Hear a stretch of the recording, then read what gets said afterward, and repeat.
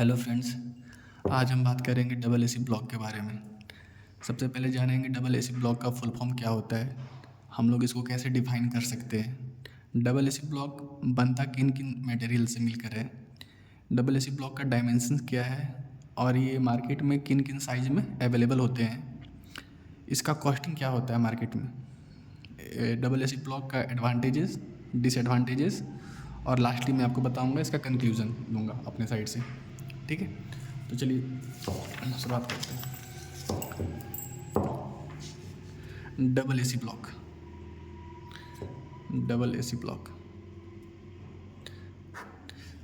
देखिए, double AC block का full form होता है ऑटोक्लेव्ड एरिटेड कंक्रीट ब्लॉक। इसको लिख देते हैं हम लोग, autoclaved एरिटेड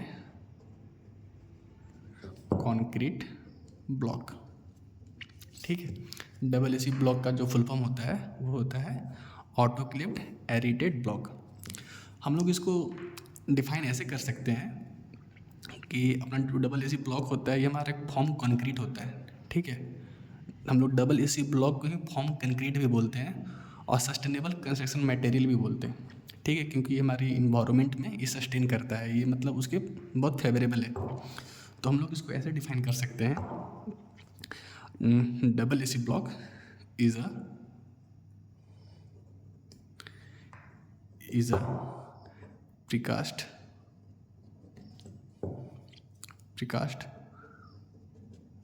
form concrete sustainable construction material. ठीक है, हम लोग इसको ऐसे डिफाइन कर सकते हैं, double AC block is a precast form concrete sustainable construction material. इसका जो डायमेंशन होता है, ठीक है, इसका जो डायमेंशन होता है, इसका लेंथ होता है 600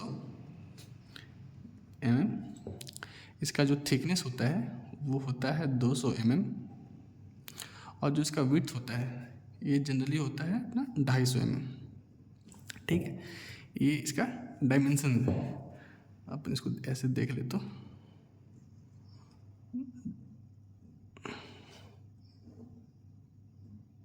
ठीक, ये अपना 600 हो गया, इसका थिकनेस हो गया 200 और ये 250। जो बाकी जो साइजेस जो अवेलेबल होते हैं मार्केट में, ठीक है, तो मार्केट में जो अवेलेबल साइजेस हैं वो 50 mm से लेके 300 mm ये विड्थ है। ठीक है, ये विड्थ है।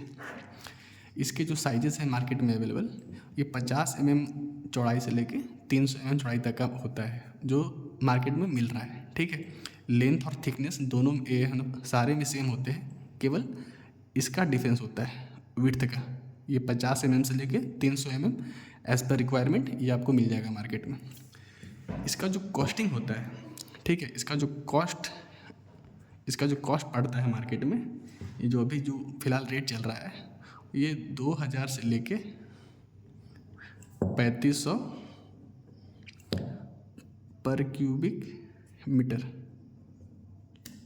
ठीक है, डबल एसी ब्लॉक का जो कॉस्ट अभी मार्केट में जो चल रहा है अभी वो 2000 रुपये से लेके 3500 रुपये पर क्यूबिक मीटर के हिसाब से चल रहा है। ठीक है, तो चलिए अब हम बात करते हैं इसका एडवांटेजेस के बारे में, कॉस्ट एडवांटेजेस के बारे में बात करते हैं हम लोग। Advantages of double AC block, तो देखिए सबसे पहले हमारा इसमें आता है लाइट वेट।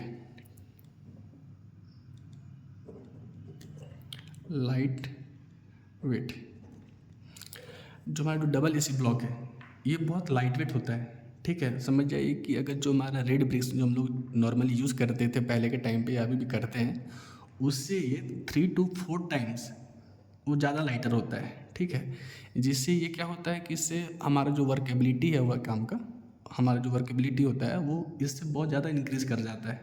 ठीक है, जिससे हमारा जो लेबर कॉस्ट है बहुत कम पड़ता है। उसमें मतलब बहुत सारा हमारा कॉस्ट उसमें बच जाता है, और इसको कैरी करना भी उसके मुकाबले, क्योंकि ये लाइट वेट है, बहुत ईजी होता है।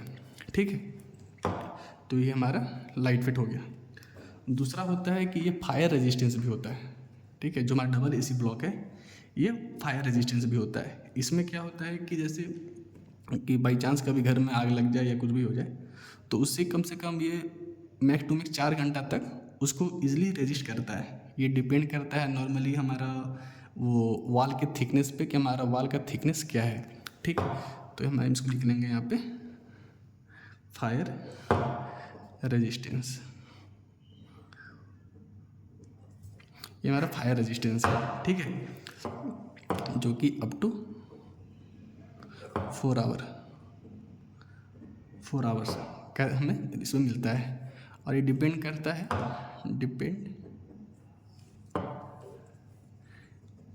ये डिपेंड करता है depend on the thickness of the wall.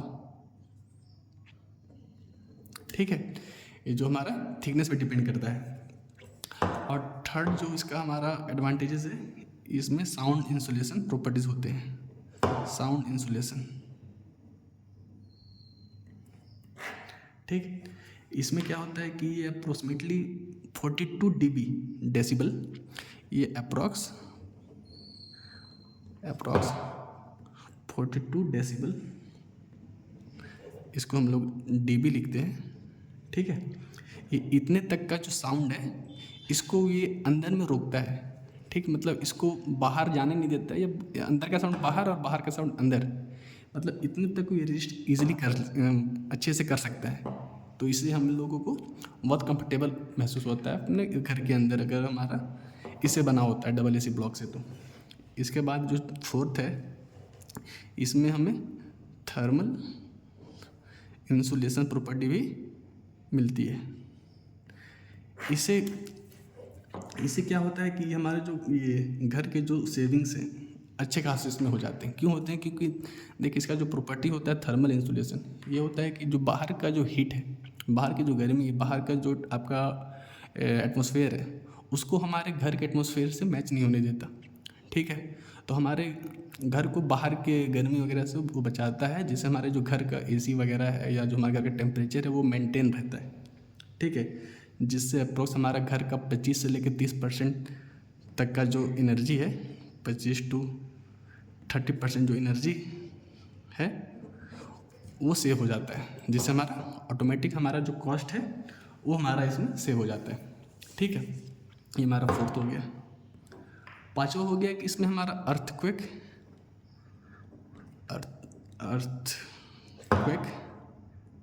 Resistance भी होता है।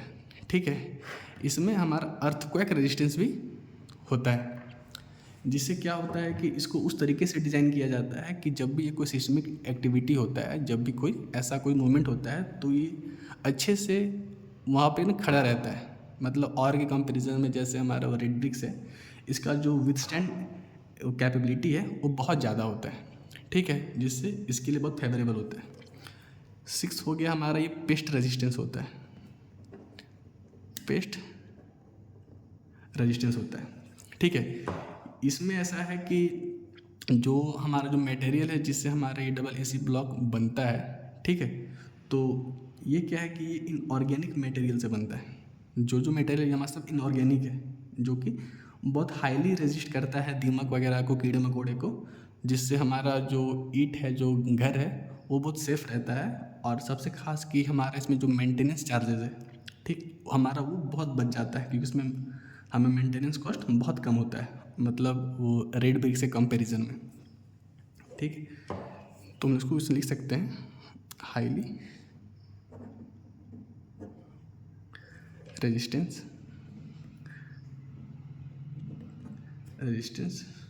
टू दीमक वगैरह को हम लिख सकते हैं टर्माइट्स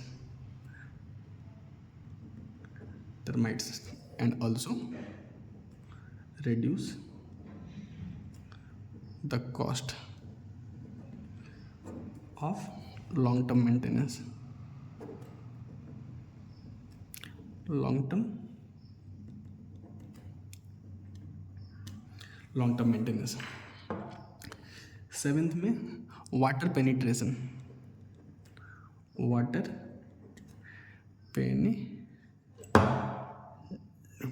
पेनिट्रेशन, ठीक है। इसमें ये भी क्वालिटी है वाटर पेनिट्रेशन का, ठीक है, जिसमें क्या होता है कि ये हमारा जो डबल एसी ब्लॉक होता है ये अपने वेट से 10% ऑफ वाटर ही एब्जॉर्व करता है, सम ऑफ वाटर एब्जॉर्व, ठीक है।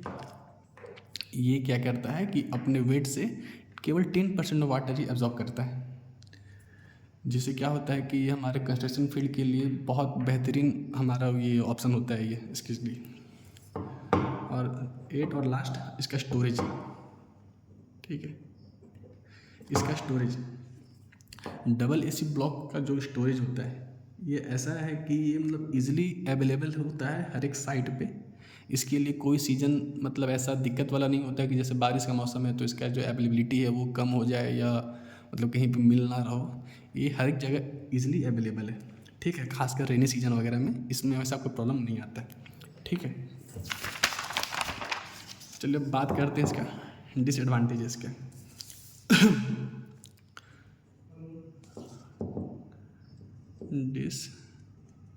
डिसएडवांटेजेस का देखिए, डबल एसी ब्लॉक में ये एक दिक्कत है कि ये इसका जो लोड बेयरिंग कैपेसिटी है ये उतना अच्छा नहीं है जैसे कि हम लोग रेड ब्रिक्स वगैरह में मतलब देखते थे, ठीक है। तो इसके लिए जो मेन दिक्कत आता है कि अगर इसको यूज़ करना है तो इसके लिए आपका जो स्ट्रक्चर होगा घर का उसमें बीम और कॉलम कंपलसरी है। ये केवल बीम कॉलम वाले स्ट्रक्चर के लिए ही बहुत इफेक्टिव है, क्योंकि इसका लोड बेयरिंग जो कैपेसिटी है वो उतना अच्छा नहीं है। सबसे पहला चीज़ तो पहला पॉइंट हम उसमें लिख देंगे ये load bearing capacity is not good as other, ठीक है। और दूसरा देखिए इसका क्या है कि ये बहुत ज़्यादा ब्रिटल होता है, इसका जो नेचर है वो बहुत ज़्यादा ब्रिटल है। उसका लेंथ बड़ा होता है ना, इसका लेंथ हम लोग 600 का होता है, तो इस वजह से और इसका प्रॉपर्टीज़ भी ब्रिटल है, तो क्या है कि ये टूटता बहुत जल्दी है गिरने पे, ठीक है। तो जब भी हम लोग इसको हैंडलिंग करते हैं या ट्रांसपोर्टेशन करते हैं तो उनमें एक्स्ट्रा ध्यान देने की ज़रूरत पड़ता है। तो हम लोग उसमें लिख सकते हैं require extra care while handling and transportation, ठीक है। तो फाइनली हम लोग जानते हैं इसका कंक्लूजन।